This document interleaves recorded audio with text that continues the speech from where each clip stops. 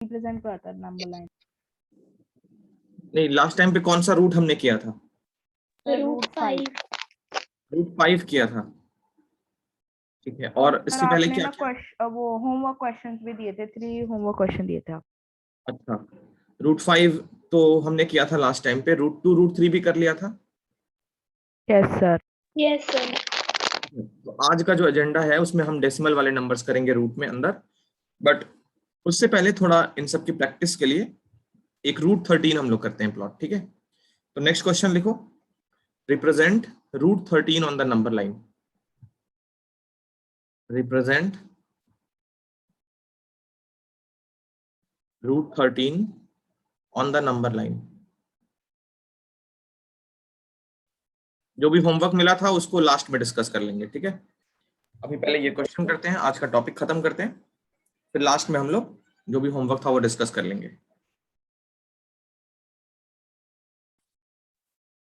तो ऐसे क्वेश्चंस का क्या फोकस क्या होता था हमारा, बताओ।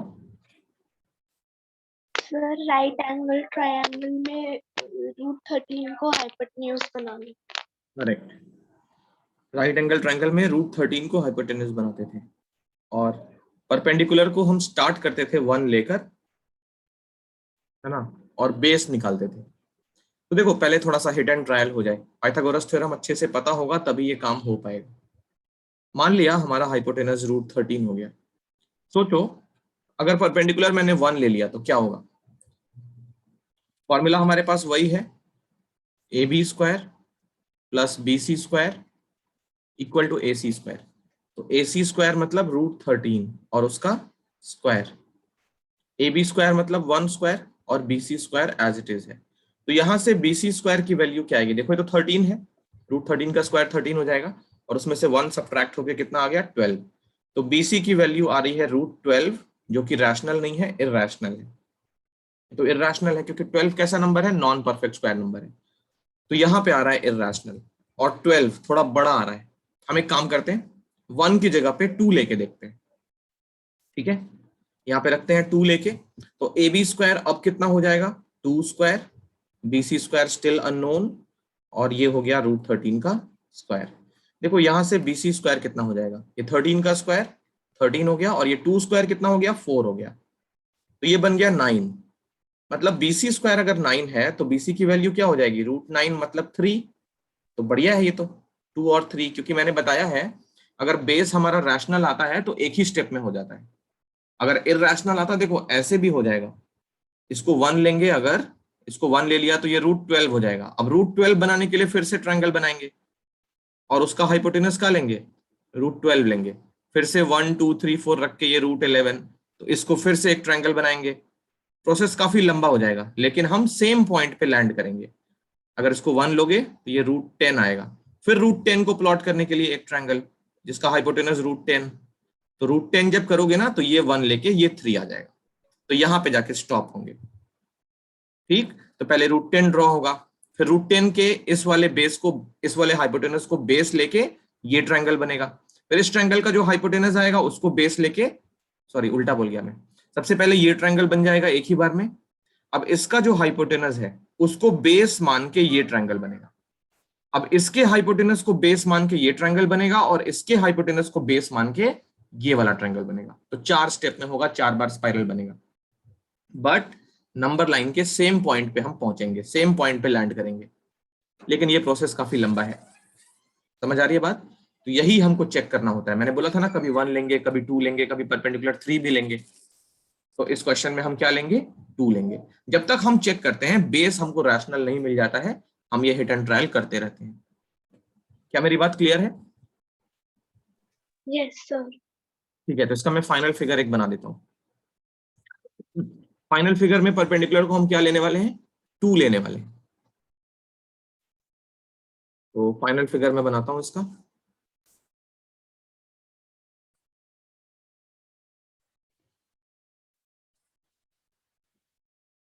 अच्छा, और ये सब जो काम है ना, ये रफ वर्क है, मतलब ट्रायंगल का सिलेक्शन, बेस क्या होगा, परपेंडिकुलर क्या होगा, ये सब रफ वर्क है। हमें मेन फिगर में, मेन पेज पे फाइनल ट्रायंगल जो हमने सोचा है वो बनाना है, ठीक है। तो यहाँ पे हमने सोच लिया 2 and 3 हिट एंड ट्रायल करके देख लिया हमने, 2 and 3 ही परफेक्ट साइड आ रही है, तो उसका हम वर्किंग दिखाएंगे। In triangle A B C, angle B पे 90 है, so A C square is equal to A B square plus B C square. तो यहां से ए सी है √13 और उसका स्क्वायर, ए बी स्क्वायर हो गया 2 square, B C square still unknown, ये हो गया 13 equal to 4 plus B C square. तो यहां से बी सी स्क्वायर कितना आ गया, ये 4 जाके सब्ट्रैक्ट हो गया तो 9 मिल गया, और बी सी की वैल्यू मिल गई 3 यूनिट्स। 3 यूनिट्स, ये रैशनल आ गई तो एक ही स्टेप में हो जाएगा, है ना, ये एक स्टेप में हो जाएगा। इतना कॉपी करो फटाफट, फिगर भी बना लेना। ये वाला फिगर पेन से बनाना है, ठीक है, ये जो फिगर है वो पेन से बनाना है, पेंसिल से हम करेंगे नंबर लाइन पे।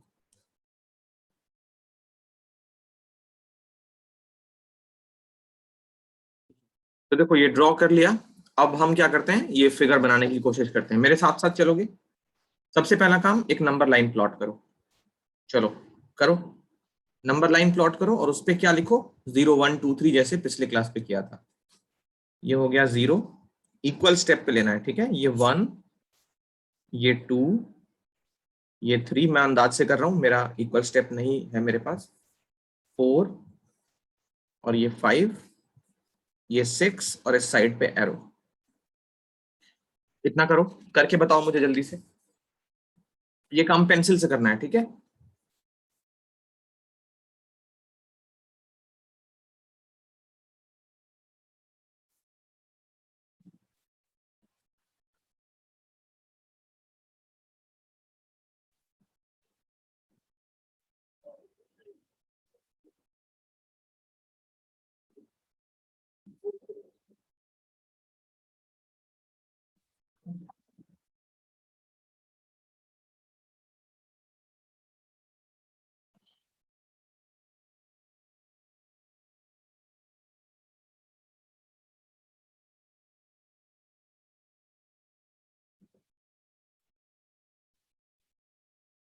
Sir done. ठीक है, अब देखो, अब क्या करना है हमें, ये वाला ट्रायंगल जो है वो नंबर लाइन पे बनाना है। तो बताओ मुझे, इस ट्रायंगल का बेस कितना है, 3 यूनिट ना।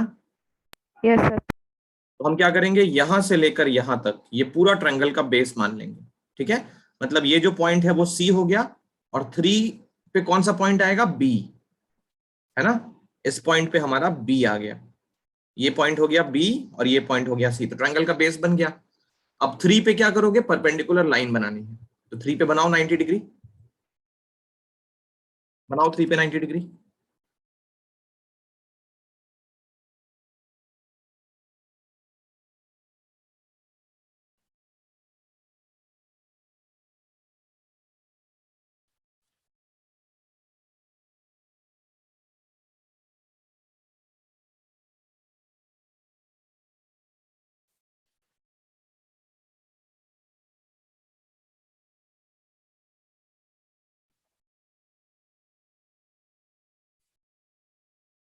डी रख के नहीं बनाना है, ठीक है, कंपास से कट करके बनाना है, और ये जो कट पॉइंट्स मिलेंगे उनको मिटाना मत, इंटरसेक्टिंग पॉइंट्स दिखने चाहिए।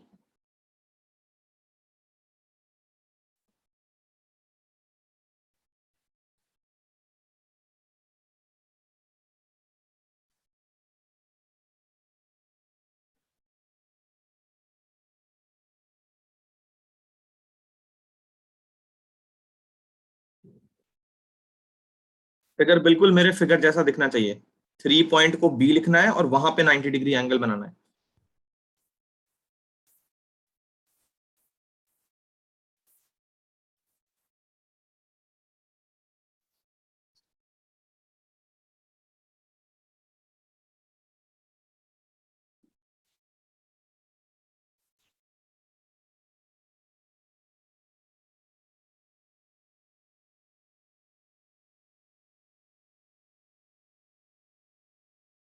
Sir done.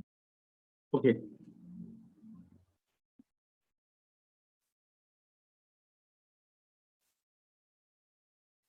Sir done. ठीक है, अब सुनो, बहुत बहुत ध्यान से सुनो, ये जो बी पे एक लाइन है परपेंडिकुलर, इसी लाइन पे कहीं ना कहीं ए मिलेगा, है ना। तो ए पॉइंट जो है वो बी से कितना यूनिट ऊपर है, बताओ। सर 2। तो यहाँ पे स्केल रखो, ये फर्स्ट कट पे 1 यूनिट हो गया और सेकंड कट पे 2 यूनिट हो गया। इस पॉइंट को ए लिखो और सी से ए को ज्वाइन करो।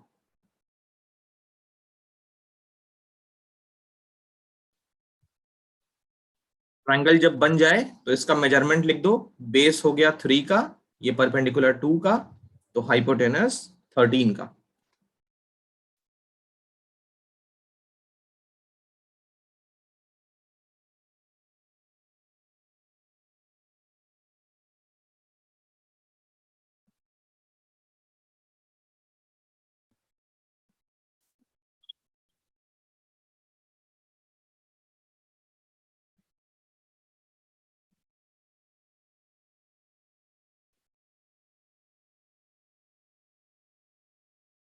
Sir done. ठीक है, तो हाइपोटेनस बन गया, मतलब ये ट्रायंगल हमने बना लिया। अब क्या करना है, सुनो, मैं 2 पॉइंट्स मार्क करता हूं। ये मान लो हमारा फर्स्ट पॉइंट है सी, और सेकंड पॉइंट मान लो ए है। तो first point that is C पे कंपास का टिप फिक्स करो और पेंसिल को खींच के ले जाओ पॉइंट 2 तक। कंपास को यहां फिक्स करो पॉइंट 1 पे और पेंसिल को खींच के ले जाओ पॉइंट 2 तक। ठीक है, और कंपास को बिना हिलाए देखो पेंसिल को कैसे ले आना है। पेंसिल को ऐसे एक आर्क ले आओ नंबर लाइन की तरफ।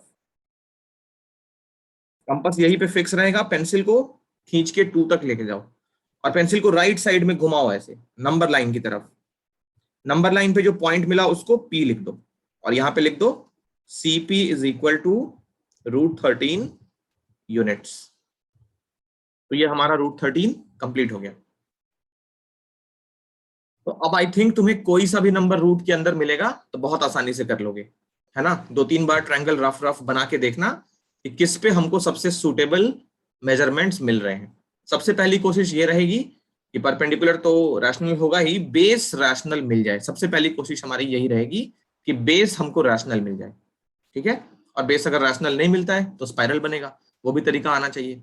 ओके, तो जितने भी इंटीजर्स हैं, पॉजिटिव इंटीजर्स, उनको हमने नंबर लाइन पे रिप्रेजेंट कर लिया अगर वो रूट के अंदर है तो। अब डेसिमल नंबर्स को, रूट के अंदर डेसिमल नंबर्स को नंबर लाइन पे रिप्रेजेंट करना है। ठीक है, तो यहां तक कंप्लीट करो, फिर बताओ मुझे, हम आगे चलेंगे।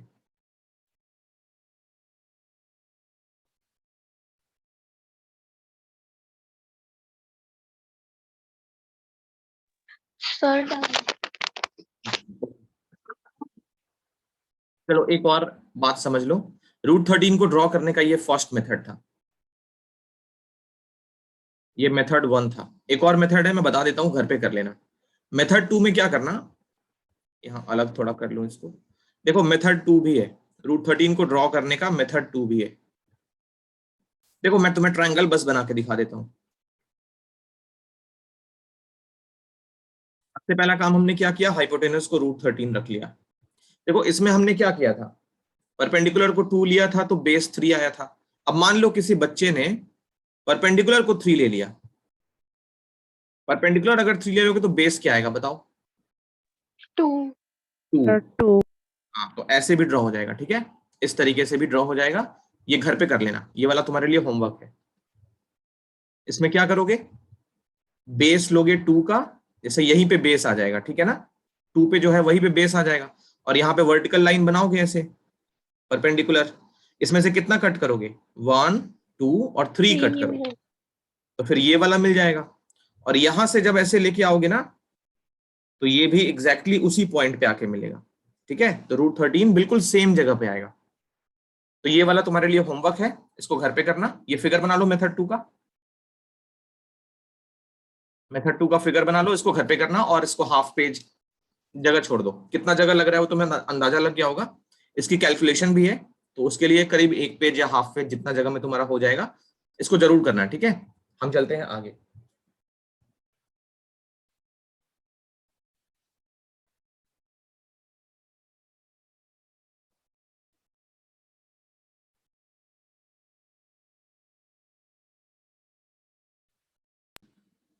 तो अब चलते हैं हम नेक्स्ट टाइप के नंबर्स को नंबर लाइन पे प्लॉट करने। देखो हमने क्या क्या कर लिया, रैशनल नंबर अगर है, रैशनल मतलब 3/4, वो तो कर ही लिया था 8th क्लास में।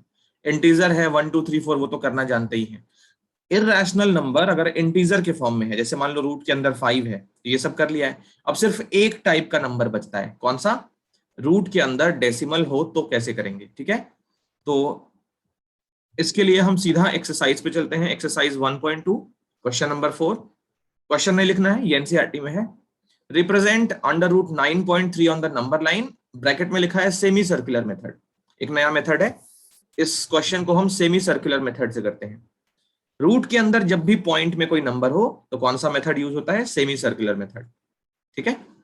तो ऊपर हेडिंग बना लो छोटी सी, सेमी सर्कुलर मेथड, और इसको मैं सीधा प्लॉट कराऊंगा, ठीक है। इसमें कोई कैलकुलेशन वगैरह नहीं होती है, जस्टिफिकेशन होता है इसका, जो हम पहले कंस्ट्रक्ट कर लेंगे, उसके बाद समझेंगे कि कैसे ये चीज उतनी हो जाती है। तो चलो रेडी हो जाओ। ऊपर जगह होना चाहिए, ऊपर और नीचे 6-6 लाइन जगह होनी चाहिए, ठीक है। तो बीच में एक लंबी सी लाइन ड्रॉ करो।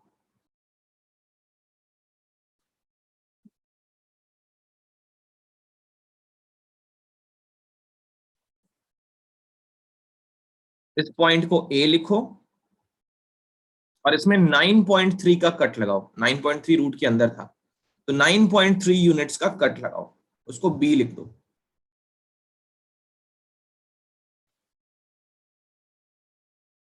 एक लंबी सी लाइन खींचनी है, स्टार्टिंग पॉइंट पे ए लिखना है और उस पे 9.3 स्केल रख के 9.3 पे एक कट लगा लो। ये लेंथ हो गई 9.3, 9.3 सेंटीमीटर, ठीक है। इंच में उतना स्पेस नहीं होगा, 9.3 सेंटीमीटर लिखेंगे।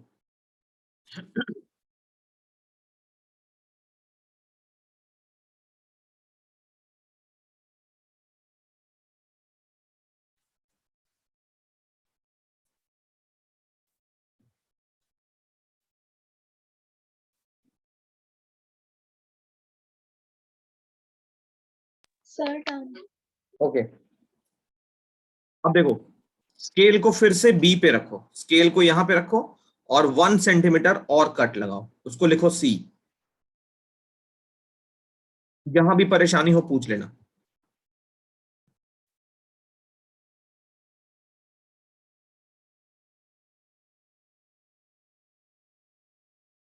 पहला कट लगा है 9.3 का ए बी, और बी पे स्केल रख के 1 सेंटीमीटर पे एक और कट लगाओ, उसको लिख दो सी, और बी सी 1 centimetre.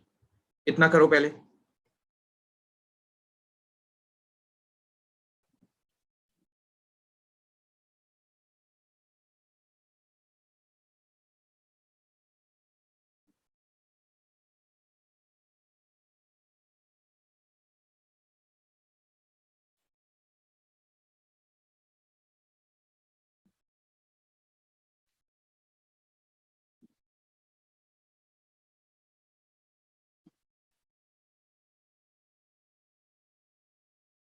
Yes sir done. Sir, done.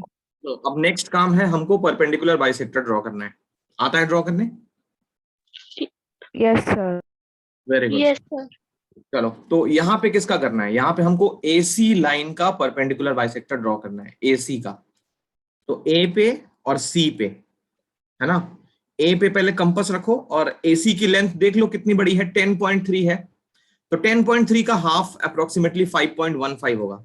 तो कंपास को 5.15 से ज्यादा एक्सपेंड करो और एक आर्क ऊपर बनाओ, एक आर्क नीचे बनाओ, और फिर सी पे रख के इन दोनों आर्क्स को क्रॉस कर लो इस तरीके से, ठीक है। तो मेरे पास तो स्केल नहीं है, इसलिए मेरे कट्स अलग अलग जगह पे लगेंगे। तो तुम्हें पूरा करने के बाद एक ऐसा फिगर दिखेगा, एक ऐसी लाइन मिलेगी जो एसी को परपेंडिकुलरली बाइसेक्ट कर रही होगी, और इस लाइन पे ऊपर और नीचे इस तरह से कट मिल रहा होगा।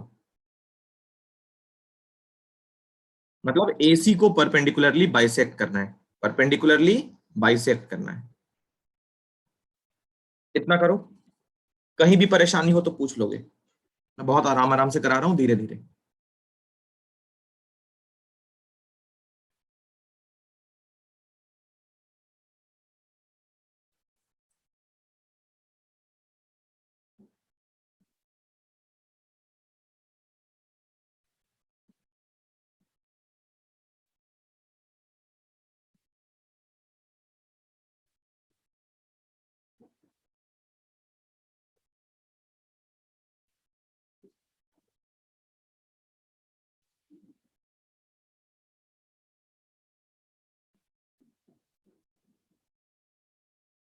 Sir done. ओके जो लाइन है ना ब्लैक वाली परपेंडिकुलर बाइसेक्टर वाली, एसी को जहां पे कट की है उसको डी लिख दो। जो पॉइंट मैं जहां लिखवा रहा हूं वही लिखना, क्योंकि जस्टिफिकेशन में मैं इन्हीं पॉइंट्स को यूज करूंगा।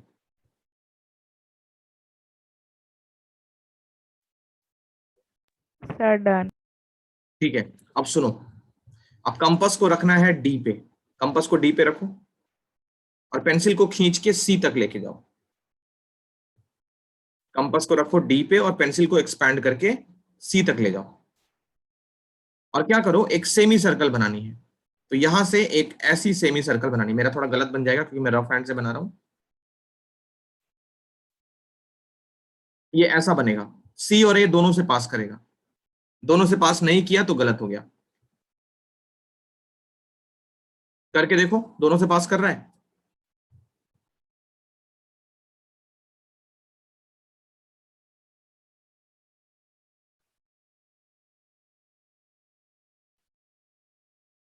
Yes sir.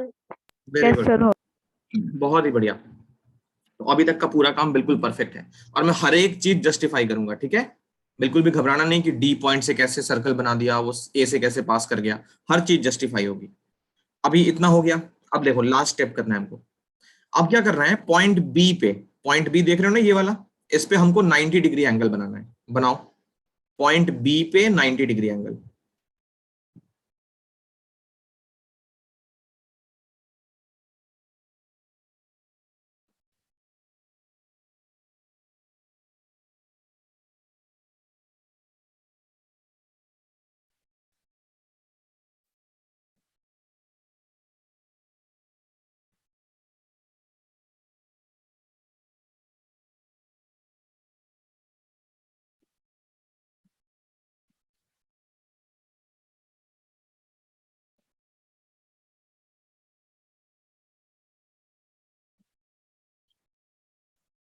नाइन्टी वाली लाइन है ना जो सेमी सर्कल को कट कर रही है, उस पॉइंट को पी लिखना। 90 वाली जो लाइन है बी पे जो बनाए हैं, वो सेमी सर्कल को जहां पे कट करती है उसको पॉइंट पी लिख लो।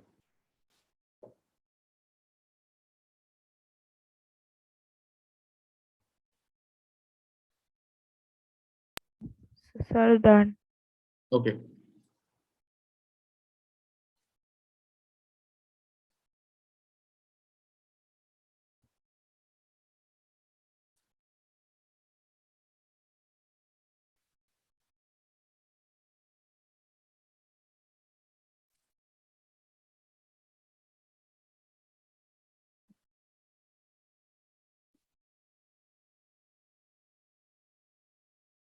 Sir done. ठीक है, अब देखो, अब क्या करोगे, मैं दो पॉइंट्स फिर से लिखता हूं। बी जो है उसको फर्स्ट पॉइंट मार्क करो, मतलब मार्क नहीं करो, मन में सोचो। बी को फर्स्ट पॉइंट सोचो और पी को सोचो पॉइंट नंबर 2। तुम्हें कंपास को रखना है पॉइंट 1 पे, दैट इज बी पे, और पेंसिल को खींच के ले जाना है पी तक। ले जाओ कंपास को बी पे और पेंसिल को पी तक लेके जाओ। और उसके बाद कंपास को वहीं फिक्स रखना है, पेंसिल को ऐसे राइट साइड में लेके आना है नंबर लाइन तक। जहां नंबर लाइन पे मिला उसको क्यू लिख दो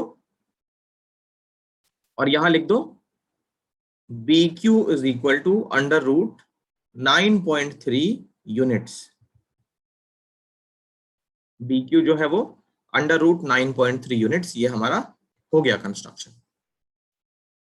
एग्जैक्टली ऐसा ही फिगर बना होगा। कंफर्म करो फिर मैं जस्टिफिकेशन की तैयारी करता हूं।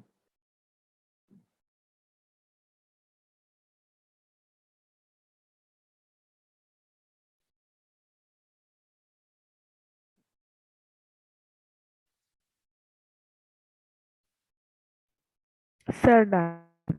ओके अब जस्टिफिकेशन करें इसकी। Yes sir. देखो जस्टिफिकेशन में हमें ये जस्टिफाई करना है कि बी क्यू जो है वो अंडर रूट 9.3 क्यों हो गया। ठीक है, चलो देखो जस्टिफिकेशन के लिए एक कंस्ट्रक्शन करेंगे हम लोग। इसमें कंस्ट्रक्शन को डॉटेड लाइन से बनाता हूं मैं, ग्रीन से। डी से पी को मिलाना है, ठीक है, डॉटेड लाइन से। तो अभी रुक जाओ, लिखोगे नहीं सिर्फ देखोगे। तो कंस्ट्रक्शन में जो हुआ है कंस्ट्रक्शन, वो मैंने डी से पी को ज्वाइन किया है डॉटेड लाइन से। यहां लिख देते हैं ज्वाइन D2P, ये हमारा कंस्ट्रक्शन है। अब मैं ना कुछ वैल्यूज पूछूंगा, तो बहुत दिमाग लगेगा इसमें, सोच के समझ के रिप्लाई करना है, ठीक है? फिगर को देखते रहो, मैं कुछ चीजें पूछ रहा हूं, रिप्लाई करना होगा। सबसे पहले मैं पूछता हूं, ए बी की लेंथ बताओ कितनी है?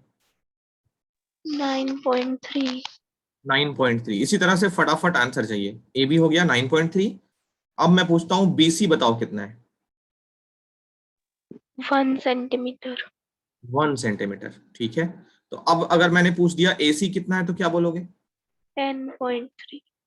10.3 सेंटीमीटर। अच्छा, जो सेमी सर्कल हमने बनाया था, ए सी उस सेमी सर्कल के लिए क्या रिप्रेजेंट कर रहा है? डायामीटर। डायामीटर, परफेक्ट, ये डायामीटर है। ए सी उसका डायामीटर है। तो फिर सेंटर कहां पे है? D. D, very good, D is the centre. अब नेक्स्ट, अगर मैं पूछूं ए डी और फिर पूछूं डी सी, दोनों इक्वल होने चाहिए, ए डी और डी सी इक्वल होने चाहिए, वो तो रेडियस है। इसकी वैल्यू बताओ कितनी होगी?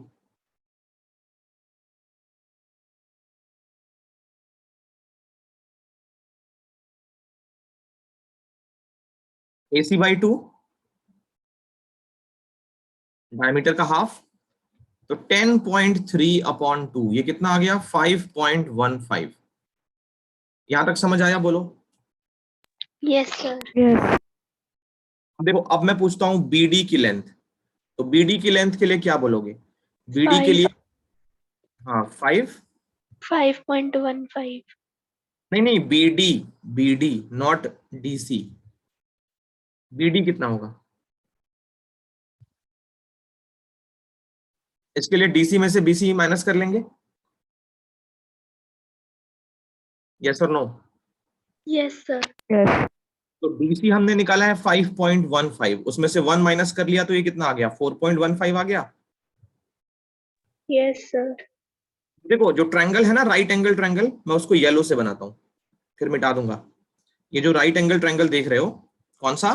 पीडीबी, ये येलो से देखो, पीडीबी। इस ट्रायंगल में हमको पाइथागोरस थ्योरम लगाना है, ठीक है? देखते रहना, इधर लिखते हैं। ये व्हाइट पे येलो विजिबल है? Yes, sir. ओके। अब देखो, इन ट्रायंगल, या शायद कम दिख रहा होगा, मैं ब्लैक से कर लेता हूं। In triangle PD B, PDB triangle में देखो, ये 90 डिग्री हमने बनाया था, तो उसकी अपोजिट साइड क्या हो गई? DP square equal to BP square plus BD square. चलो, क्या हमारे पास डीपी की वैल्यू है? सोच के बताओ, डीपी की वैल्यू है हमारे पास? No sir. पक्का? मेरे पास तो है। Sir radius. Very good, radius है। डीपी भी तो रेडियस है, सेंटर से सरकमफेरेंस पे पॉइंट कनेक्ट हुआ है, तो डीपी भी रेडियस के इक्वल है, मतलब वो भी 5.15 होना चाहिए। होना चाहिए कि नहीं होना चाहिए? Yes sir. Sir.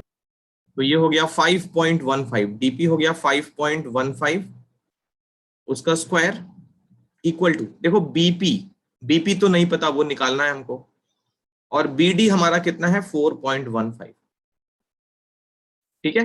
तो बीपी निकालने के लिए क्या करेंगे? 4.15 को ट्रांसपोज करते हैं। BP square is equal to 5.15 square minus 4.15 square. कोई फॉर्मूला, कोई आइडेंटिटी याद आ रहा है? A square minus B square. Perfect, A square minus B square, तो it will be A minus B A plus into, B into A minus B. बहुत ही बढ़िया, इंटू ए प्लस बी। अब इसको सॉल्व करते हैं, तो 5.15 माइनस 4.15, ये तो 1 हो जाएगा, और इनको जब ऐड करोगे तो 5 और 4 9, और 0.15 तो 9.3। मतलब कहने का ये हुआ कि बीपी स्क्वायर हो गया 9.3। अब क्या मुझे बीपी की वैल्यू मिल जाएगी यहां से? Under root 9.3। Yes sir. अब याद करो, मैंने तुम्हें कंपास को बी पे रखवाया था और पेंसिल को पी पे रखवाया था। फर्स्ट और सेकंड पॉइंट अभी तक है फिगर में।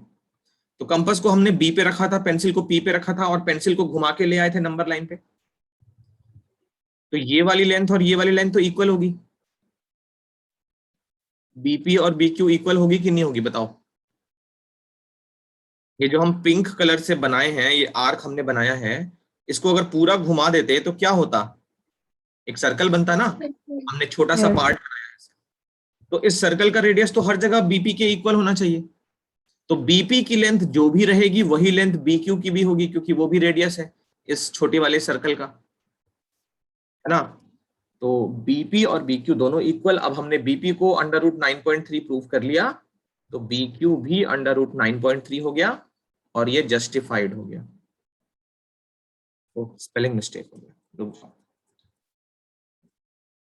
जस्टिफाइड। बोलो समझ आया कि नहीं आया। सर समझ रहा हूँ। Yes sir. अब देखो, तुम्हें पहले इसको कॉपी करना है, बट उससे पहले एक बात सुन लो, बहुत इंपॉर्टेंट। एग्जाम में ये 9.3 मैंने करवा दिया है। मान लो एग्जाम में 4.8 आ गया, तो क्या करोगे, पहला ए बी बनाओगे 4.8 का, फिर बीसी खींचोगे 1 का। मतलब कहने का ये है, जहां जहां 9.3 है उसकी जगह तुम्हें 4.8 लेना है, ठीक है। जस्टिफिकेशन में भी वही काम करना है, जहां जहां 9.3 लिखा है इस पूरे सॉल्यूशन में, वहां वहां क्या लिखना है, 4.8 लिखना है, और उसके बाद कैलकुलेट करके एग्जैक्टली आंसर आ जाएगा। तो 4.8 में तुम्हें होमवर्क देता हूं, एक दो और दूंगा, पहले ये कॉपी कर लो, पूरा पूरा कॉपी करके बताओ। और ये जो ग्रीन से बना है ना, उसको तुम पेंसिल से बनाना डॉटेड लाइन से, ताकि वो याद रहे ये पार्ट कंस्ट्रक्शन है। पूरा कॉपी करके इन्फॉर्म करो। जस्टिफिकेशन का क्या है कि कई बार क्वेश्चन पेपर में लिख के आता है कि प्लॉट करो और जस्टिफाई करो। वैसे बहुत कम आता है, जस्टिफिकेशन बहुत कम पूछा जाता है, लेकिन फिर भी 1% भी चांस अगर पूछ लिया तो करने तो आना चाहिए ना, मार्क्स छोड़ के तो नहीं आएंगे। तो जस्टिफिकेशन भी प्रिपेयर कर लो, एग्जाम में आ गया तो ठीक है, नहीं आया तो कोई बात नहीं। अगर नहीं आया तो जस्टिफिकेशन करने की जरूरत नहीं है, ठीक है। सिर्फ मान लो यही क्वेश्चन आया, represent under root 9.3 on the number line, तो कहां तक करना है, ये बस कंस्ट्रक्शन करना है और ये रिजल्ट लिखना है, ये वाला। बस जस्टिफिकेशन का एक भी वर्ड नहीं लिखना है, ओके। Yes, sir. कॉपी करके बताओ मुझे। तो अब हम चलते हैं अपने लास्ट टॉपिक पे। लास्ट टॉपिक नहीं, उसमें दो टॉपिक्स हैं, रैशनलाइजेशन और लॉज ऑफ एक्सपोनेंट, तो वो बताऊंगा अभी। उससे पहले इसी टॉपिक पे कुछ होमवर्क ले लो।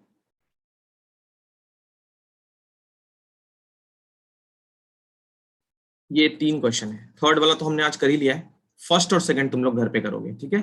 और इसको जस्टिफाई भी करके देखना। 1% भी चांस है अगर एग्जाम में आ जाए जस्टिफिकेशन, मैंने तो अभी तक तो नहीं देखा है जस्टिफिकेशन आते हुए, बट इन केस अगर आ गया तो मैंने उसके लिए करवा दिया है, ठीक है, कर लेना आराम से।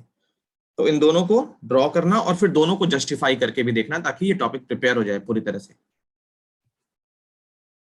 ये होमवर्क नोट कर लो, सी पार्ट तो हमने कर ही लिया, उसको छोड़ देना।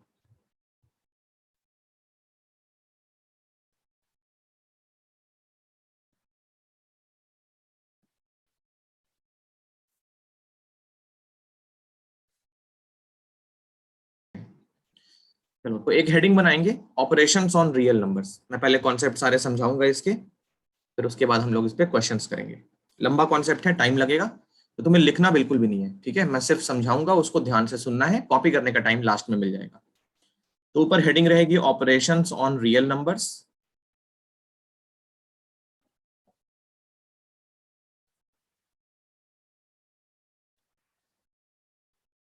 Operations on real numbers.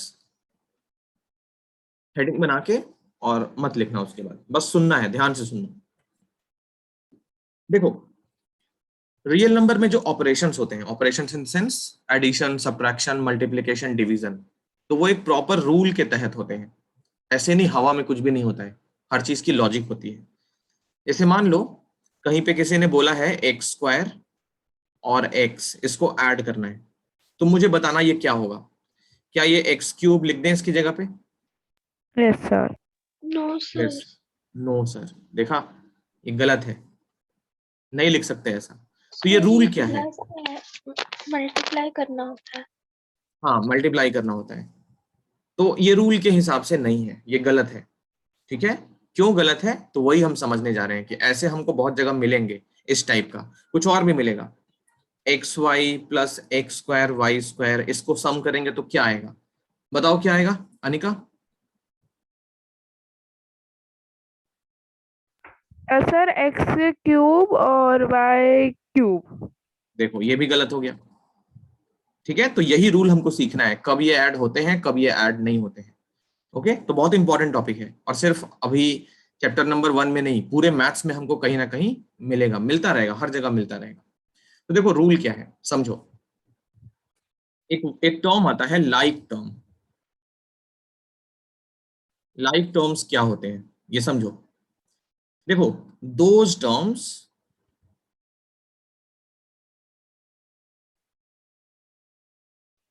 which have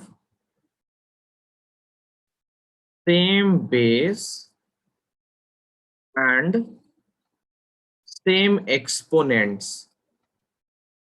exponents को हम पावर्स भी बोलते हैं, इसको हम इंडेक्स भी बोलते हैं, डिग्री भी बोलते हैं। ठीक है, तो ऐसे टर्म्स जिनका बेस सेम हो, सेम बेस हो एंड सेम पावर हो, सेम एक्सपोनेंट हो, are called as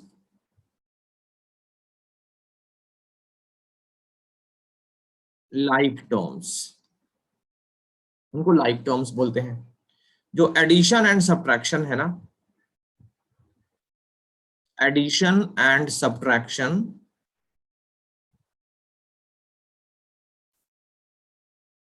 is performed only in like terms। Addition and subtraction केवल लाइक टर्म्स में होता है। ठीक है, ध्यान रखना। तो जो मैंने एग्जांपल लिया था स्टार्ट में, एक्स स्क्वायर प्लस एक्स, ये लाइक टर्म है ही नहीं, तो ऐड तो होगा ही नहीं। लाइक टर्म क्यों नहीं है? देखो दोनों में बेस तो सेम है एक्स और एक्स, बट इसका एक्सपोनेंट 2 है, इसका एक्सपोनेंट 1 है। किसी नंबर पे कोई भी पावर रेज नहीं किया है, मान लो y है तो y का पावर क्या लिखेंगे, 1 है वो, है ना। तो जब तक बेस और एक्सपोनेंट दोनों सेम नहीं होते हैं उनको ऐड नहीं कर सकते, क्योंकि वो लाइक टर्म्स नहीं होते हैं। तो किसी ने पूछ दिया, मान लो स्मार्ट इंसान ने पूछ दिया x square plus x add करके बताओ कितना होगा, तो हम क्या करेंगे, वैसे ही लिख देंगे, इनको ऐड कर ही नहीं सकते। ठीक है, इसी तरीके से अगर किसी ने पूछ दिया एक्स वाई और एक्स स्क्वायर वाई स्क्वायर, इसका सम बताओ, ये भी लाइक टर्म्स नहीं है। देखो ये फर्स्ट टर्म है, ये सेकंड टर्म है ना। टर्म तो पता है ना, प्लस माइनस साइन से टर्म सेपरेट हो जाता है, वो भी लिख देता हूं मैं। Terms are always separated by plus और minus sign. Plus minus sign से ही टर्म सेपरेट होते हैं। किसी ने अगर पूछा है A B C D X Y Z, कितने टर्म्स हैं इसमें बताओ? Sir 8। 8? No sir 7। 7, okay. Anika, तो अनिका ने बता दिया। अनन्या? Yes sir 7। 7 टर्म्स हैं, गलत, इसमें सिंगल टर्म है। तुम लोग को ये रूल बताया अभी जस्ट, प्लस माइनस साइन से टर्म सेपरेट होता है। ए और बी के बीच में बताओ कौन सा साइन है? Sir positive plus. कहाँ प्लस लिखा है? Sir multiplication. ऐसे कहीं पे लिखा है A plus B plus C plus D plus X plus Y plus Z, ऐसा में लिखा है क्या मैंने? ऐसा तो नो लिखा ही नहीं है। सर क्या मैंने ऐसा लिखा है? ऐसा लिखा है कहीं पे? नहीं लिखा है। इनटू है सारे के बीच में। अगर मान लो ए बी लिखा है तो क्या समझोगे, ए और बी के बीच में कौन सा साइन है? Multiplication sign. मल्टीप्लाई। तो सारे के बीच में अगर मल्टीप्लीकेशन साइन है तो टर्म तो सेपरेट होगा ही नहीं, सब सिंगल टर्म में आएगा, सारा सिंगल टर्म है ये, सब सिंगल टर्म है ये। ठीक है, प्लस माइनस साइन से ही टर्म सेपरेट होते हैं, मल्टीप्लीकेशन साइन से टर्म कभी भी सेपरेट नहीं होता, डिवीजन साइन से कभी भी टर्म सेपरेट नहीं होता।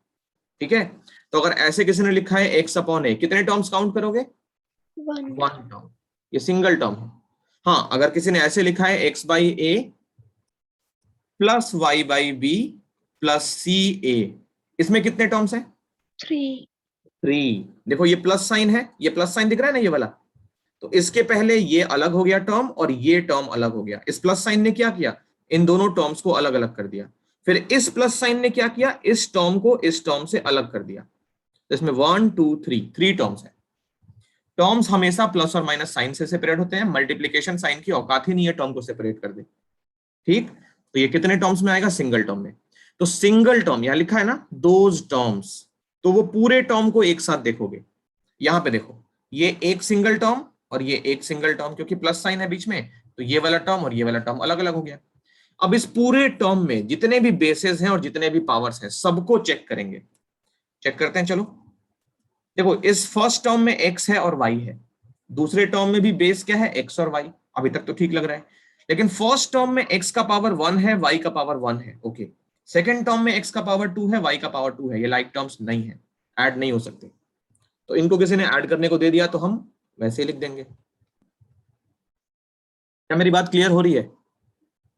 Yes sir. ठीक Yes, है, sir.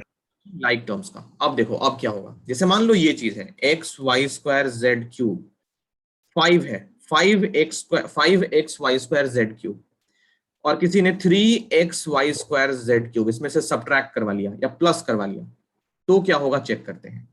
देखो 5 और 3 तो छोड़ दो, वो कांस्टेंट नंबर है ना। टर्म्स चेक करो, ये जो वेरिएबल्स हैं वो क्या क्या है। यहाँ पे एक्स वाई जेड है बेस में, यहाँ भी एक्स वाई जेड है। x का पावर 1 है, यहाँ भी 1 है, वेरी गुड। y का पावर 2 यहाँ पे भी है और यहाँ पे भी है, अभी तक तो ठीक है। z का पावर 3, यहाँ भी z का पावर 3, अरे वाह।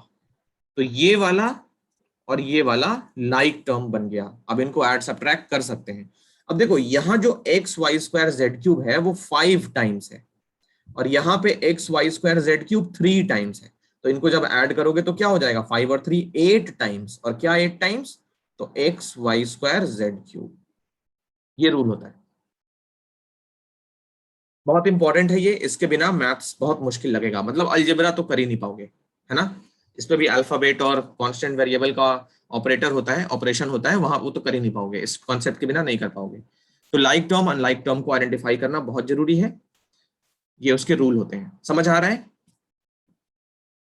Yes, sir. तो ये 3 तो इधर लिखना ही है एग्जाम्पल। मैं कुछ और एग्जाम्पल देता हूँ। अच्छा रुको, मैं अच्छे से इधर से लिख देता हूँ ताकि तुम्हारा प्रॉपर नोट्स भी बनता रहे। देखो example, X Y plus X square Y square, ये लाइक टर्म्स नहीं है तो इनको ऐड नहीं कर सकते। और भी example, x cube plus X square plus x, चलो ये बताओ कितना होगा। सर ऐड नहीं हो सकते। ऐड नहीं हो सकते क्योंकि देखो बेस तीनों टर्म्स का सेम है, 3 टर्म्स तो दिख रहे हैं ना, x cube first term, x square second term, x third term, क्योंकि प्लस है तो टर्म सेपरेट हो जाएंगे। अब यहाँ पे x है, यहाँ भी x है, यहाँ भी x है, बेस तो तीनों का सेम है, बट पावर इसका 3 है, इसका 2 है, इसका कुछ नहीं लिखा है तो 1 है, तो पावर सेम नहीं है, ऐड नहीं होगा, तो ये ऐसे ही छूट जाएगा। ठीक है, एग्जाम्पल देखो, और एग्जाम्पल देखो, 3xy square a plus 5xay square, चलो ये बताओ जरा सोच के, क्या ये ऐड होगा? Yes sir. ऐड हो जाएगा। तुम्हें लाइक टर्म दिखना चाहिए। देखो एक बात सुनो ध्यान से, एक्स वाई स्क्वायर ए लिखें या ए वाई स्क्वायर एक्स लिखें, तीनों सेम, दोनों सेम है। क्यों सेम है? मल्टीप्लीकेशन जो होता है ना वो कम्यूटेटिव लॉ फॉलो करता है, तो a को b से मल्टीप्लाई करो या b को a से मल्टीप्लाई करो, कोई फर्क नहीं पड़ेगा। तो यहाँ पे x को बाद में लिख दो, आगे लिख दो, मतलब ये बात बोल रहा हूं मैं, 2 इंटू 3 इंटू 5 और 5 इंटू 2 इंटू 3 या 3 इंटू 5 इंटू 2, आगे पीछे कुछ भी लिखोगे फर्क नहीं पड़ेगा, तीनों का रिजल्ट क्या आएगा, 5 3 15 2 30, इन तीनों का प्रोडक्ट क्या आएगा, 30 आएगा।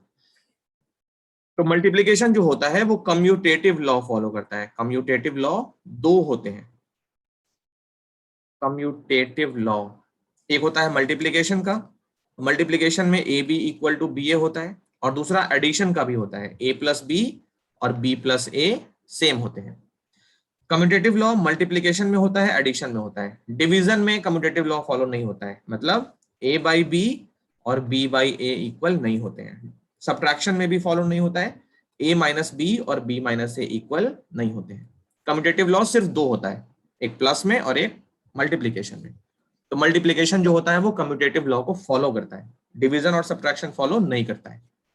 तो इसका हम लोग ध्यान रखेंगे। तो टर्म आगे पीछे लिखने से कोई फर्क नहीं पड़ता, अगर वो उनके बीच में केवल मल्टीप्लीकेशन साइन है तो, या फिर केवल एडिशन साइन है तो। सब्ट्रैक्शन साइन जहां पे भी आएगा टर्म अलग अलग हो जाएंगे और वो इक्वल नहीं होंगे, तो उनको आगे पीछे नहीं लिख सकते। तो यहाँ पे देखो एक्स वाई स्क्वायर ए, यहां भी एक्स वाई स्क्वायर ए बिल्कुल सही है। तो 5 और 3 मिला के 8 हो गया और एक्स वाई स्क्वायर ए ये ऐड हो जाएगा। अब मैं कुछ क्वेश्चन ट्विस्ट करके पूछता हूं, ठीक है? दिमाग होगा तो ही आंसर कर पाओगे।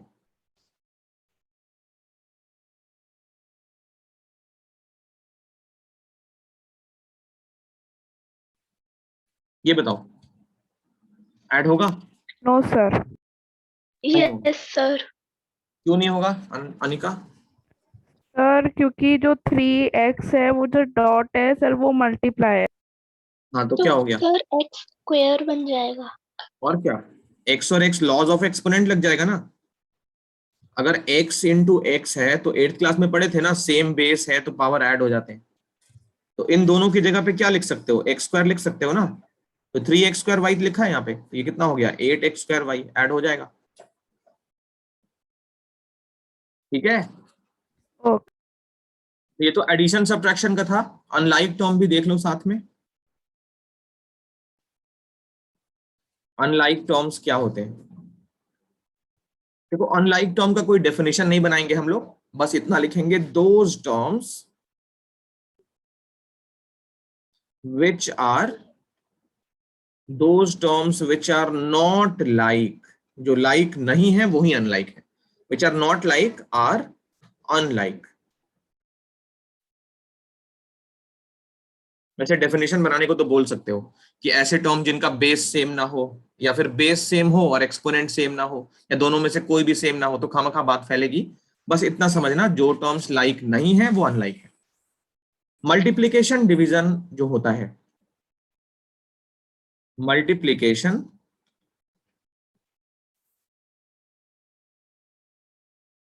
and division is performed on both like and unlike terms। Multiplication division जो होता है वो लाइक टर्म पे भी फॉलो होता है, अनलाइक टर्म पे भी फॉलो होता है। Multiplication and division is performed on both like and unlike terms by following laws of exponent. Multiplication division laws of exponent rule follow करता है, उसको लाइक टर्म अनलाइक टर्म से कोई मतलब नहीं होता है। एग्जांपल देखो, मान लो ये सारे जो अनलाइक टर्म ऊपर लिखे हुए थे, एक्स वाई फर्स्ट टर्म था और X square Y square second term, इसमें मैंने मल्टीप्लिकेशन साइन लगा दिया है। तो ये मल्टीप्लाई होगा कि नहीं होगा? बिल्कुल होगा, और लॉज ऑफ एक्सपोनेंट फॉलो करेगा। तो देखो अभी तक मल्टीप्लाई करके ये पूरा सिंगल टर्म बन गया है ना, मल्टीप्लाई करते ही सिंगल टर्म आ गया। पहले तो भले बीच में प्लस साइन था या माइनस साइन था तो दो टर्म्स काउंट हो रहे थे, अब जैसे ही मल्टीप्लिकेशन साइन आया ये सिंगल टर्म काउंट होने लगा। तो सिंगल टर्म में चेक करो, यहाँ x है और यहाँ x है, दोनों मल्टीप्लिकेशन में है, तो रूल याद करो, x का पावर a इंटू एक्स का पावर b। ये रूल बताया था ना 8th में कि दो नंबर्स अगर मल्टीप्लिकेशन में हो, दो नंबर मल्टीप्लिकेशन में हो और बेस सेम हो तो पावर ऐड हो जाते हैं। तो यहाँ चेक करो, ये वाला x और ये वाला x के बीच में कौन सा साइन है? मल्टीप्लिकेशन साइन आ गया, तो लॉज ऑफ एक्सपोनेंट लगने लगेगा यहाँ पे। तो x का पावर क्या हो जाएगा? 1 और 2 ऐड होके x हो जाएगा 3, और y भी मल्टीप्लिकेशन में है तो उस पर भी लॉ लग जाएगा, y का पावर 1 y का पावर 2, तो ये मिलके हो गया y का पावर 3। ये हो गया आंसर। और अगर यही चीज डिवीजन में आ जाती तो क्या होता? मान लो x cube y divided by X Y square, अगर ऐसा कहीं पे हो तो क्या होता? तो डिवीजन में भी माइनस हो जाता। बहुत बढ़िया, माइनस हो जाएगा। तो x का पावर 3 माइनस 1 कितना हो गया? x का पावर 2, y का पावर 1 और ये 2, तो y का पावर -1, या चाहो तो इसको एक्स स्क्वायर अपॉन वाई लिख सकते हो। ये सब लॉज ऑफ एक्सपोनेंट है, क्लास 8 में पढ़ा है। अभी इसको कॉपी करना है, कॉपी करके बताओ जल्दी से, सारे एग्जांपल लिखना क्योंकि इसी से हेल्प मिलेगी। कॉपी करके बताओ। तो देखो ये बहुत इंपॉर्टेंट था, लाइक टर्म अनलाइक टर्म इनके बारे में समझना। अब हम कुछ और इंपॉर्टेंट फॉर्मूले वगैरह देखते हैं। ये देखो, ये सारे रूल्स मैं तुम्हें समझा देता हूं पहले, फिर हम कुछ क्वेश्चंस करेंगे अभी। सबसे पहला रूल क्या है, A and B positive real numbers होने चाहिए। देन रूल नंबर 1 ये है कि अंडर रूट ए बी जो होगा वो ए इंटू बी रूट के अंदर स्प्लिट हो जाएगा। कहने का मतलब, मान लो कहीं पे तुमने देखा √2 मल्टीप्लाइड बाई √3, तो इसका रिजल्ट क्या हो जाएगा, √6। इसका रिजल्ट हो जाएगा √6। मतलब रूट के अंदर हम यहां से यहां भी पहुंच सकते हैं और चाहे तो यहां से यहां भी पहुंच सकते हैं। कहने का मतलब, कहीं तुमको √10 दिखा हो और तुम्हें जरूरत है √5 की और √2 की, तो इस तरीके से भी लिख सकते हो। ओके, इसका ध्यान रखना। इसी का आगे और भी एप्लीकेशन है। जैसे मान लो किसी ने पूछ दिया √2 का स्क्वायर कितना होता है, √2 का स्क्वायर कितना होता है, उसको कैसे 2 लिखोगे। हाँ, 2 हो जाता है। कैसे हो जाता है, देखो √2 इंटू √2 लिखोगे पहले।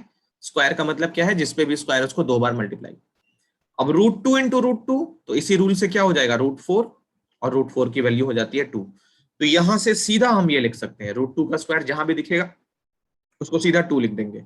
ठीक है, ये देखो rule number 2, √AB equal to √A upon √B। जैसे मान लो कहीं पे लिखा हो √18/2, तो इसको हम √18/√2 लिख सकते हैं। और दोनों को सिंप्लीफाई करके, जैसे ये 2 से कट गया 9 टाइम्स, तो ये कितना हो जाएगा, √9, उसकी वैल्यू हो जाएगी 3। ये देखो फॉर्मूला पढ़ा है हमने, a plus B into A minus B, तो ये हो गया a plus B into A minus B, तो इसका रिजल्ट होगा a square minus B square. अब √A का स्क्वायर हो गया a और √B का स्क्वायर हो गया b। यहां भी वही चीज है, a plus B into A minus B, तो ये हो गया a square minus B square. तो a स्क्वायर तो एज इट इज और b स्क्वायर रूट के अंदर है, तो ये हो गया b। इसमें देखो ये ब्रैकेट्स का मल्टीप्लीकेशन है, तो ये a plus B into C plus D. तो कैसे लिखते हैं इसको, पहले √A मल्टीप्लाई करता है दूसरे ब्रैकेट को पूरा पूरा, फिर √B मल्टीप्लाई करता है ना, तो √A √C को मल्टीप्लाई करके ये हो गया, फिर √A √D को मल्टीप्लाई करके √AD ये हो गया, √B इंटू √C √BC, और √B into √D √BD। Last rule है √A प्लस √B का होल स्क्वायर, तो इसको कैसे लिखोगे, a प्लस बी का होल स्क्वायर होता है a square plus 2ab plus B square. तो कितना हो जाएगा, √A का स्क्वायर a हो गया, 2 इंटू √AB, और ये √B का स्क्वायर b। सब चीज क्लियर है, बताओ। Yes sir. Yes sir. ठीक है, तो ये भी कॉपी कर लो।